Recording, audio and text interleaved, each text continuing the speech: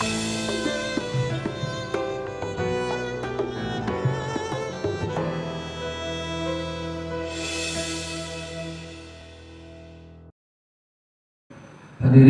jamaah yang dimuliakan Allah Subhanahu wa taala. Baik, kita berlanjut kajian kita masih di dalam penjelasan keutamaan ilmu yang terpuji dan ilmu yang tercela. Kita lanjutkan paragraf selanjutnya. Bismillahirrahmanirrahim. Qala al-musannif rahimahullah wa nafa'ana wa bi'ulumihi fi dharain al-Fatihah. Alhamdulillah minasyaitonir rajim. Alhamdulillah. Ya,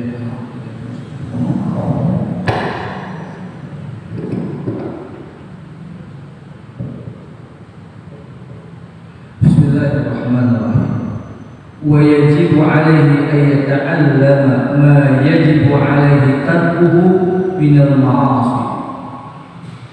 Jadi siapapun kita, ketika sudah tarafnya kita memahami suatu pemahaman tentang ibadah, maka wajib untuk mempelajarinya. Contoh yang lalu kita pelajari tentang bagaimana seseorang ketika dituntut atau diberikan waktu untuk dia berhaji, katakanlah dia selama sekian tahun menunggu haji, nggak tahunya esok dia berangkat haji. Maka esok berangkat haji, maka hari ini dia wajib untuk mempelajari ilmu haji. Ya. Jadi sesuai dengan apa yang dia kerjakan untuk menyempurnakan ibadah itu. Mau puasa, pelajari ilmu puasa. Jadi seandainya ketika kesempurnaan waktu untuk mempelajari itu, maka kita harus menyempurnakan untuk kesempurnaan ibadah kita. Maka wajib hukumnya ketika tatkala kita sampai untuk masuk dalam tahapan ibadah tersebut, maka di sini disebutkan kata Imam Ghazali, wa yajibu alaihi an yata'allama ma yajibu alaihi tarkuhu minal ma'asi. Sebagaimana kita menjauhkan kewajiban kita meninggalkan maksiat. Jadi kewajiban kita untuk menyempurnakan ilmu tentang sesuatu yang kita ingin sempurnakan pemahaman ibadah kita, maka sama teratanya kita wajib meninggalkan tentang maksiat. Maksiatnya nggak bisa ditawar-tawar, hukumnya haram, berarti wajib ditinggalkan.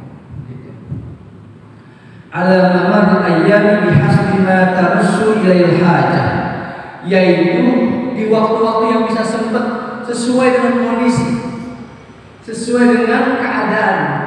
Artinya kalau tadi saya contohkan, misalkan si fulan besok dipanggil untuk berangkat haji, maka waktu-waktu menunggu dia berangkat haji, dia wajib untuk menuntut kesempurnaan ibadah dengan mempelajari hukum tentang pelaksanaan atau manasikul haji.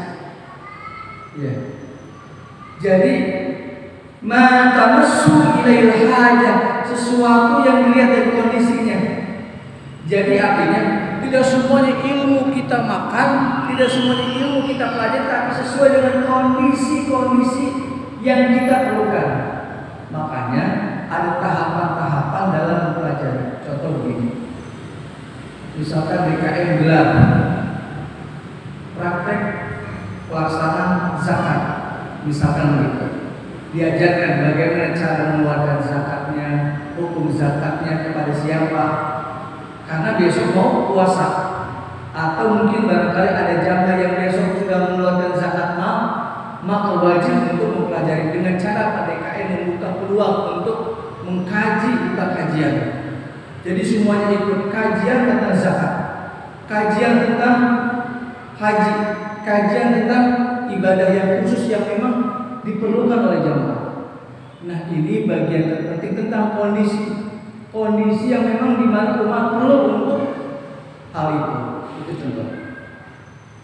Kemudian selanjutnya Imam Ghazali kemudian menggarisbawahi fa'in khatara bi bali syaqqun fi mu'taqidatihi wajib 'alaihi al-khawfu fi ta'alluqi wan nazar.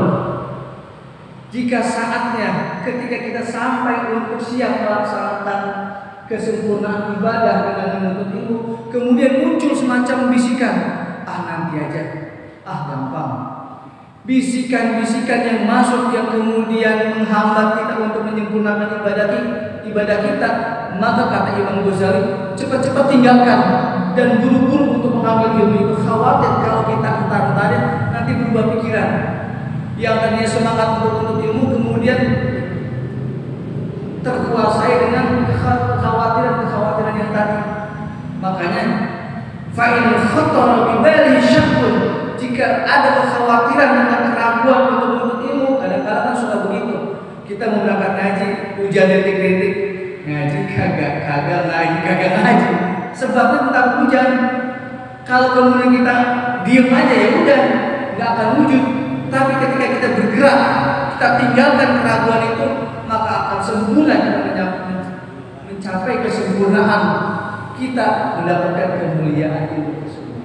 Nah, kata Imam Ghazali, kalau muncul sesuatu yang kemudian menggagalkan untuk meraih kemuliaan ilmu, maka cepat-cepat tinggalkan, jangan diutang-utangin. Kan begitu. Fit ta'allumi wan nazar. Kemudian wan nazar. Nazar itu menguraikan, berpandangan. Biqadri ma yuzilu syak, yaitu berpandangan bagaimana caranya menghilangkan keraguan, bagaimana caranya menghilangkan benak yang kemudian menghambat. Ini kalau begini nggak dapat nih ilmu, kalau begini nggak ketemu teman nih, nggak silaturahim nih. Menghilangkan sesuatu keraguan, muncul sesuatu yang positif. Ini yang seringkali kita terjebak dengan kondisi keraguan. Yang sebenarnya kata Imam Ghazali, keraguan itu mesti harus dipandang untuk menghilangkannya. Mesti dipandang bagaimana kemudian menghilangkannya. Munculkan sesuatu yang baik. Ketemu si fulan nih, berangkat. Nanti ada guru, ketemu guru. Nanti ada ilmu yang perlu kita dapati, berangkat kita. Tapi kalau kemudian dinazar, kita tidak upayakan untuk kemudian mencari sesuatu yang kemuliaan, ya sudah. Ini metode ini bisa kita terapkan kepada anak-anak kita. Ketika anak-anak kita lagi semangatnya belajar, kemudian muncul keraguan, ya gurunya nggak datang, jangan gitu nak. Kamu tetap semangat, meskipun guru nggak datang, tapi kau dapatkan ilmu dengan cara kamu belajar dengan terbangun. Meskipun katakan guru datang terlambat, tapi langkahmu itu ternilai di sisi Allah. Masya Allah. Itu cara mengupayakan untuk menghilangkan keraguan, dan keraguan ini yang bisa terjebak dalam sebuah situasi kondisi kita malah terpuruk dalam keadaan yang kemudian kita mestinya mendapat kemuliaan, kita malah terhantam dengan keadaan yang kemudian kita mundur dari kemajuan yang mestinya kita sebutkan dalam ayat Allah, ya fa'illahul ladzina amanu minkum walladzina utul ilma darajat, yang mestinya dapat derajat ternyata nggak dapat. Nah, kata Imam Ghazali, berpandanglah tentang sesuatu, kemudian carilah solusi untuk menghilangkan keraguan-keraguan. Jangan sampai keraguan itu menghantam kita dan bahkan menguasai kita. Bahkan Allah Subhanahu wa taala menjelaskan dengan ayatnya. Ini yang seringkali kita zikir dan wiridkan. Dzalikal kitabul la raiba fihi hudan lil muttaqin. Inilah Al-Qur'an yang tidak ada keraguannya.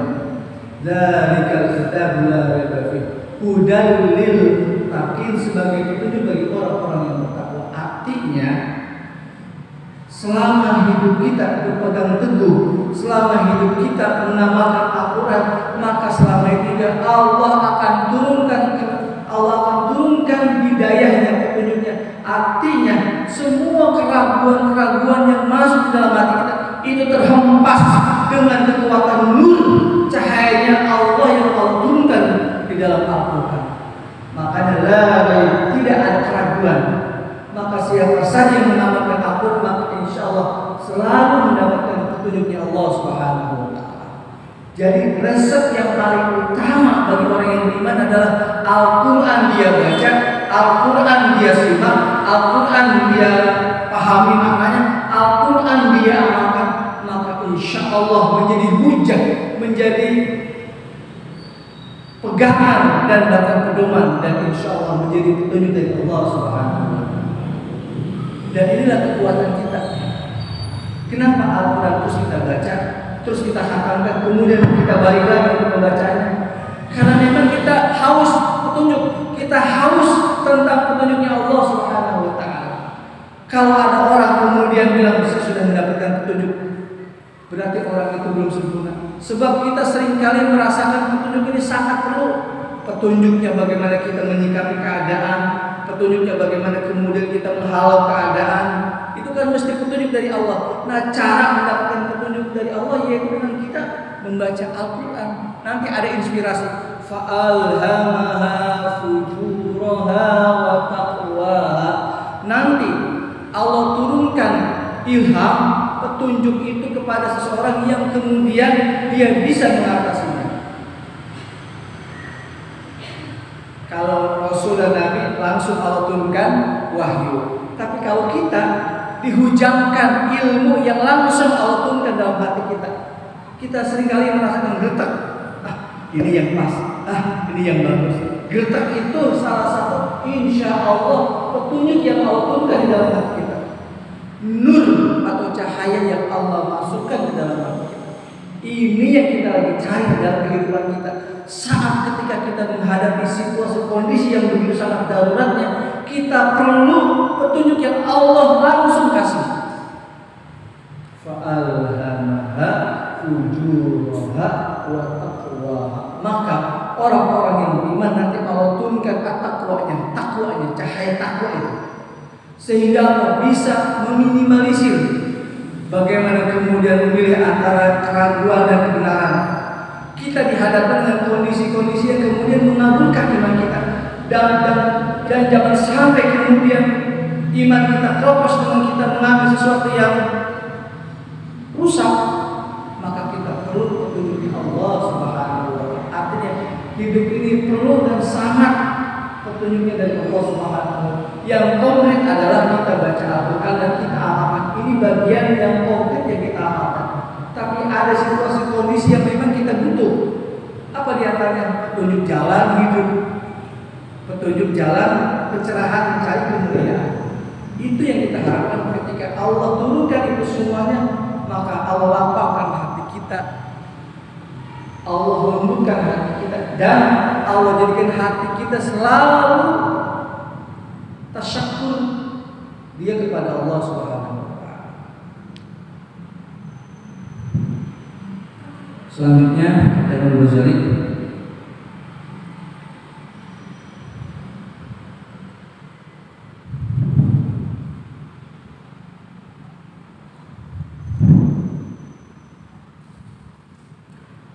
wa ta'allama al-'ilma alladhi bihi najah, dan kau belajar ilmu itu akan mendapatkan an-najah, kesuksesan. Maka siapapun dia, dimanapun dia, ketika dia meraih ilmu, dia akan mendapatkan kesuksesan.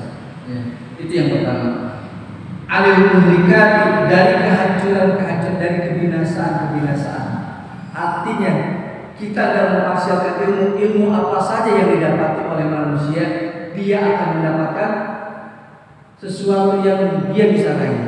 Maka kata Imam Ghazali, dia akan mendapatkan kesuksesan dari kebinasaan. Maka insya Allah kalau hari ini kita mendapatkan job, mendapatkan amanah, mendapatkan tugas, itu bagian memang ilmu yang diamanahkan untuk mengemban itu. Maka boleh jadi itu tanda suksesnya dunia yang Allah kasih buat kita. Dengan apa? Dengan ilmu yang kita pelajari dari mulai kecil sampai dewasa, sehingga terbukti di dunia yang dikasih amanah untuk memegang ini. Anil memberikan dari kebinasaan. Bayangkan ada orang-orang yang kemudian diberikan kesempatan dia nggak mau belajar, diberikan kesempatan tidak mau mencari sesuatu kemuliaan, akhirnya apa? Akhirnya terjadi hampa. Apa yang terjadi? Anil muhlikat, dia akan mendapatkan kebinasaan dan kehancuran itu.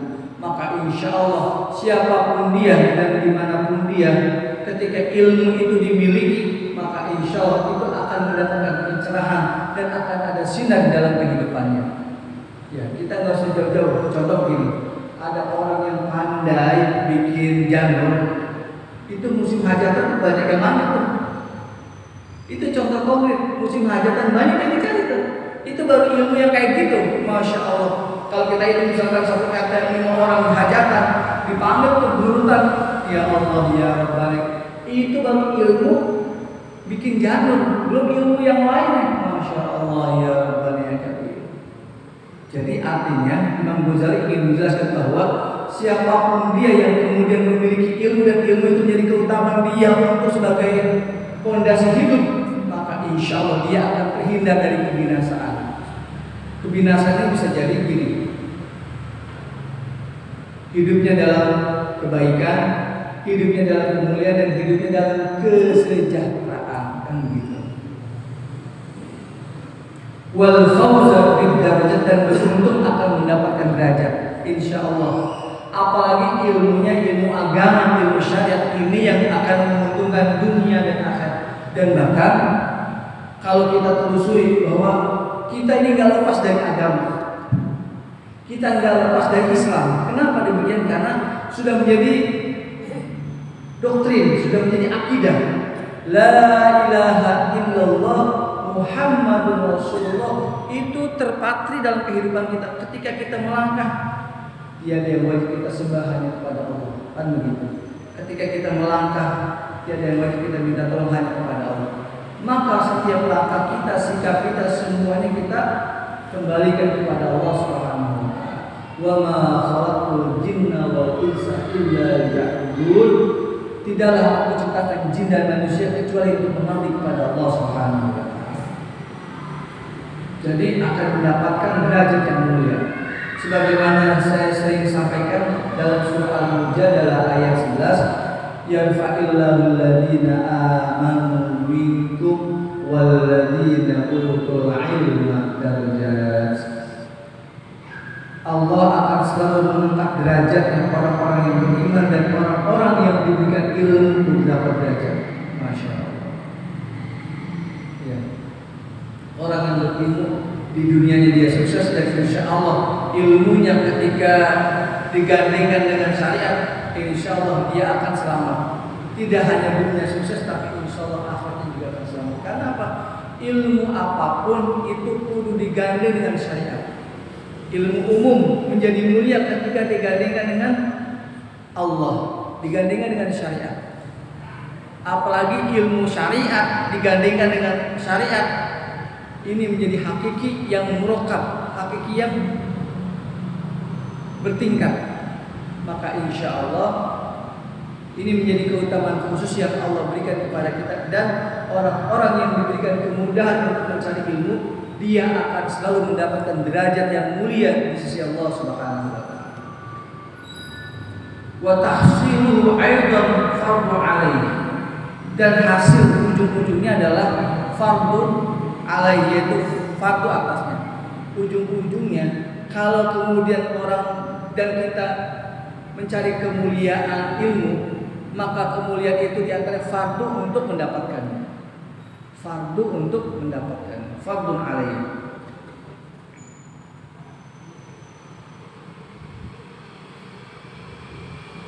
Wa ma wara'a dzalika minal fardu kifayatin la fardu ain. Dan sesuatu di luar itu hukumnya fardu kifayah, bukan fardu ain. Yang sifatnya menjaga akidah, ibadah itu yang disebut dengan fardu ain, tapi di luar itu menjadi fardu kifayah. Menjadi fardu kifayah. Contoh begini, yang disebut dengan fardu ain, yang dimana itu mutlak sebagai keperluan pribadi dalam ibadah dia. Sholat, dia belajar sholat, ilmu sholat itu fardu ain. Ya. Kemudian ulama menyatakan ada juga yang disebut seperti mempelajari sholat jenazah. Ya.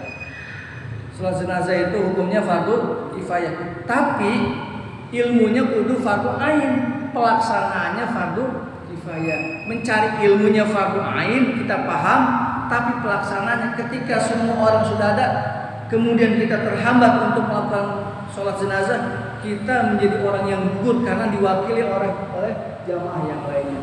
Tetapi ilmu itu kudu kita pahami, sehingga apa? Menjadi keutamaan khusus dari kita. Kita bisa paham dan kita bisa mengerti, kan begitu.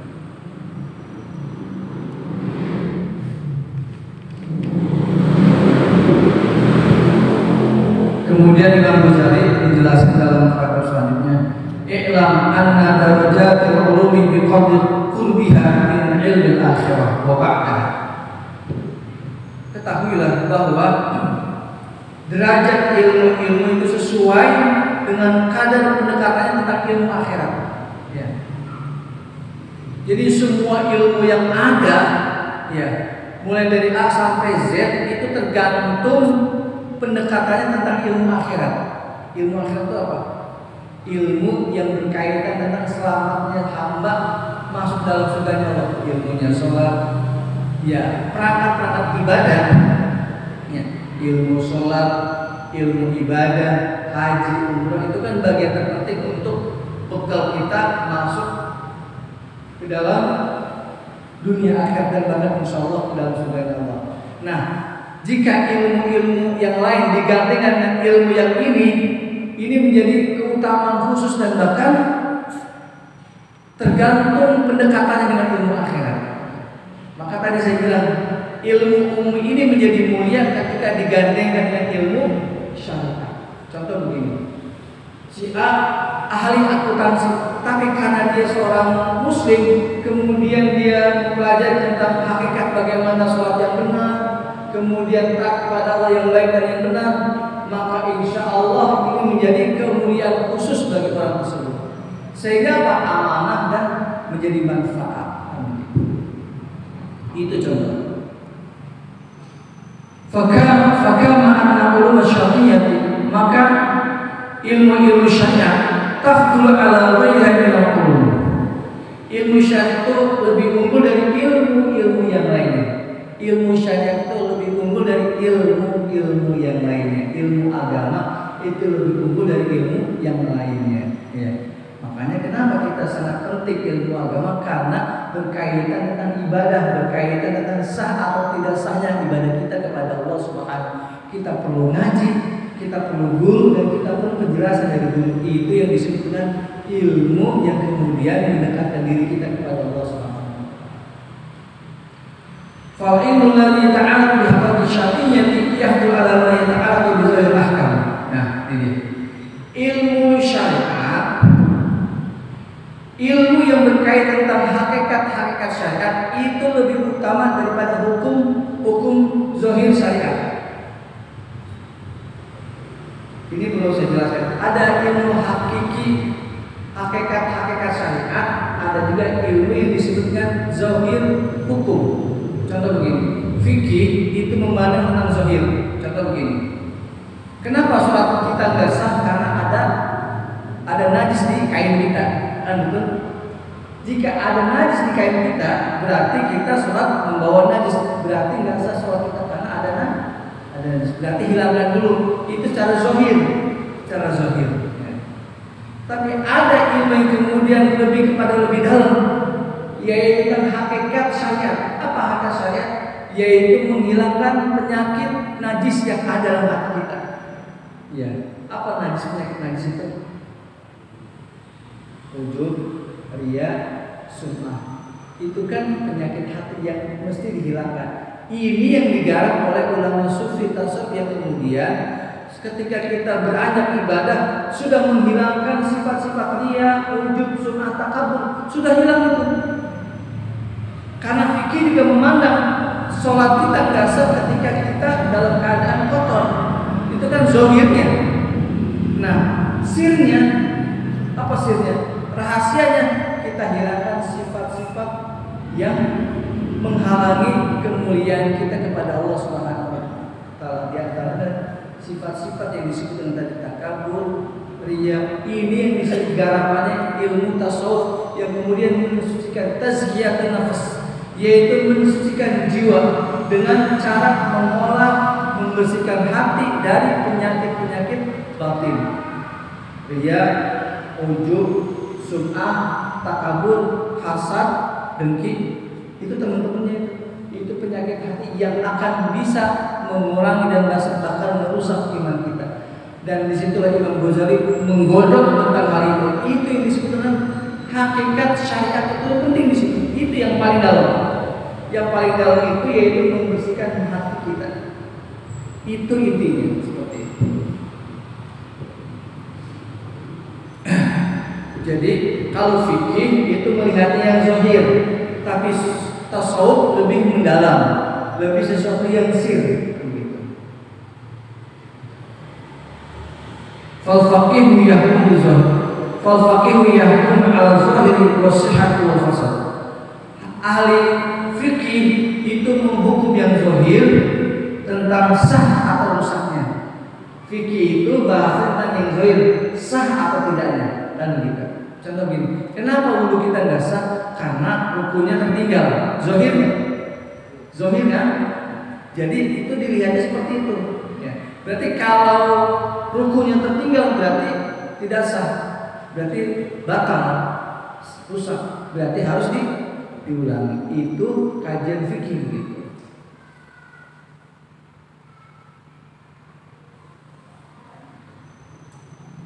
Wara'ahu, dan di belakangnya ilmu, ada sebuah ilmu yu'rafu yang dapat diketahui bihi dengan hal itu qaulun ibadah, keadaan ibadah maqbulatan aw mardudatan, diterima atau ditolaknya.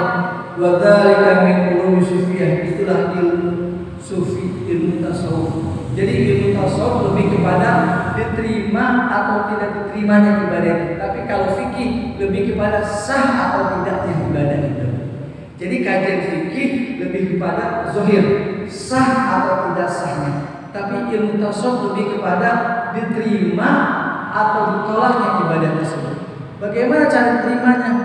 Konsepnya surah Al-Bayyinah ayat terakhir. Wa ma umiru illa liya'budullaha mukhlishina lahu-d-din hunafa'a wa yuqimus sholata wa yutuz zakata wa dzalika dinul qayyim. Jadi semua unsur ibadah mesti apa? Mukhlishina lahu-d-din, dalam keadaan ikhlas menjalankan agama Allah. Apa ikhlas itu? Sami'na wa ata'na, kami dengar dan kami melaksanakan perintah Allah. Sami'na wa ata'na. Jadi tanda orang ikhlas itu dengar dan menyempurnakan perintah Allah Subhanahu. Enggak ada embel-embel yang lain. Itulah yang disebut dengan hakikat ibadah itu diterima atau tidak. Maka kata ulama sufi, jika ibadah itu kemudian dibuat dengan keikhlasan yang kepada Allah, itu intinya ibadah. Itu intinya ibadah. Tetapi juga harus digandingkan dengan ilmu syariat. Apa ilmu syariat? Jangan kemudian dia ikhlas tapi ibadahnya amburadul, juga harus dikuatkan ilmu fikihnya. Rukunya benar, hatinya juga tulus. Jangan sampai hatinya tulus tapi ibadahnya berantakan. Ini juga salah. Artinya bergandengan antara ikhlas dan amaliyahnya juga harus seimbang. Ikhlas tapi ibadahnya benar. Ibadahnya benar juga ikhlas. Insya Allah itu sempurna ibadah kita kepada Allah Subhanahu. Itu intinya ibadah kita. Ya.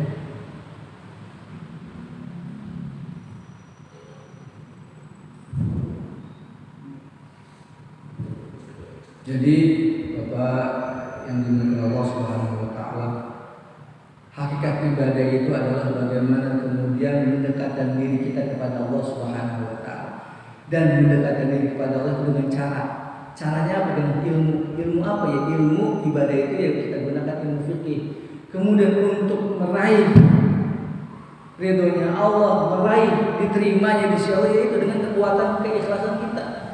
Makanya kenapa guru-guru kita kemudian mengajukan kepada kita, luluskan niat, luluskan hati. Untuk apa? Untuk membenarkan niat kita ini.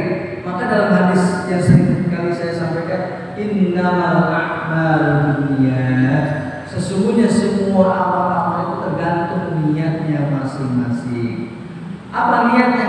Itu dikuatkan dalam surah Al-Bayyinah ayat terakhir, yaitu mereka ikhlas menjalankan perintah Allah dan lillahi ta'ala Allah. Itu masalah ibadah. Tapi kalau masalah selain ibadah itu muatannya beda-beda, macam-macam ya. Tapi kalau ibadah mesti harus muatannya pada contoh gini. Ketika kita ngaji, ini mesti digandengkan. Saya ngaji supaya mendapatkan rahmat Allah. Saya ngaji supaya mendapatkan keutamaan dari Allah. Saya ngaji supaya mendapatkan ukhuwah Islamiyah karena Allah. Digandengkan semua niat yang kemudian digandengkan pada Allah itu menjadi mulia, menjadi barakah dan rahmat. Setiap apapun kemudian digandengkan kepada Allah itu menjadi kesempurnaan khusus yang Allah berikan kepada orang yang dia niatkan tersebut. Jadi mesti harus digandengkan Allah. Kita niat untuk ilmu karena Allah. Gandengkannya banyak tuh. Ingin mendapatkan rahmat Allah, ingin mendapatkan berkahnya Allah, ingin mendapatkan kesehatan dari Allah. Boleh nggak? Boleh. Kita baca Quran niatnya misalkan gini, ya Allah, saya baca Quran supaya kau sembuhkan penyakit saya. Boleh nggak? Boleh. Kemudian niat lagi, ya Allah, saya baca Quran supaya besok urusan dilancarkan. Boleh nggak? Boleh. Boleh. Jadi setiap apapun niat digandengkan pada Allah itu menjadi kesempurnaan dan kemuliaan. Makanya niatnya banyakin, jangan satu, jangan dua, banyakin, nanti Allah beri sesuai dengan niatnya. Sesuai dengan niatnya. Maka lihat, kenapa kehidupan seseorang itu berbeda-beda? Karena mungkin niatnya. Oh, dia niatnya banyak, dikasih banyak niatnya. Dia niatnya cuma satu, dia dikasih satu. Biqadri niat, sesuai dengan niatnya masing-masing. Maka mulai hari ini ketika kita beranjak untuk mengamalkan amal soleh, niatnya banyak-banyak. Tapi kalau kajian seperti ibadah mahdhah itu sudah tertentu. Misalkan aku niat sholat maghrib selaku ma'mum fadlillahi ta'ala. Udah. Tapi di luar itu ibadah yang ghairu mahdhah seperti ngaji, seperti kita nolongin orang, kita niatin banyak-banyak. Gitu. Jadi kalau ibadah mahdhah udah ada rujukannya, yaitu tentang ilmu fikih, niatnya sudah diatur, niatnya sudah ditentukan. Tapi di luar ghairu mahdhah, di luar sholat, di luar zakat, di luar haji, itu niatnya banyak-banyak. Ngaji, niatin banyak-banyak. Itikaf, niatin banyak-banyak. Kita nolongin orang, niatin banyak-banyak. Tapi niatnya benar. Niatnya harus sesuai dengan syariat. Niatnya harus lempeng. Kan gitu. Bisa, kalau saya niat ingin mendapatkan istri lagi, ya boleh, silahkan, itu tergantung berani atau tidaknya, kan begitu. Kan begitu. Tergantung niat.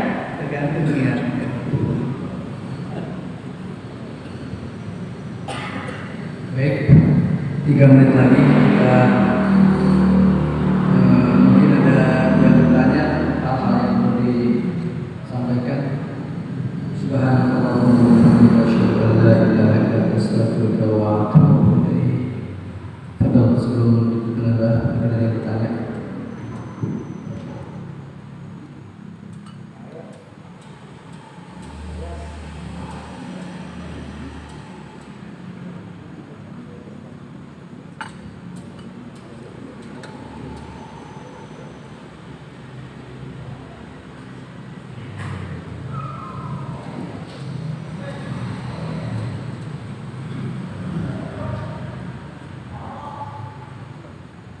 Kayak begini kita minum nih. Bismillahirrahmanirrahim. Niat sehat, niat kuat, niat diberikan terhindar dari virus. Boleh. Niatin banyak-banyak. Bismillahirrahmanirrahim. Niatin dalam hati kita. Ya Allah, sehatkan, kuatkan, terhindar dari virus. Allah jaga, Allah rahmati. Boleh niatin banyak-banyak.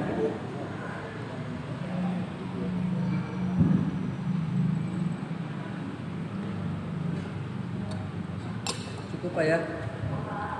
Baik. Assalamualaikum warahmatullahi wabarakatuh. Al-Fatihah.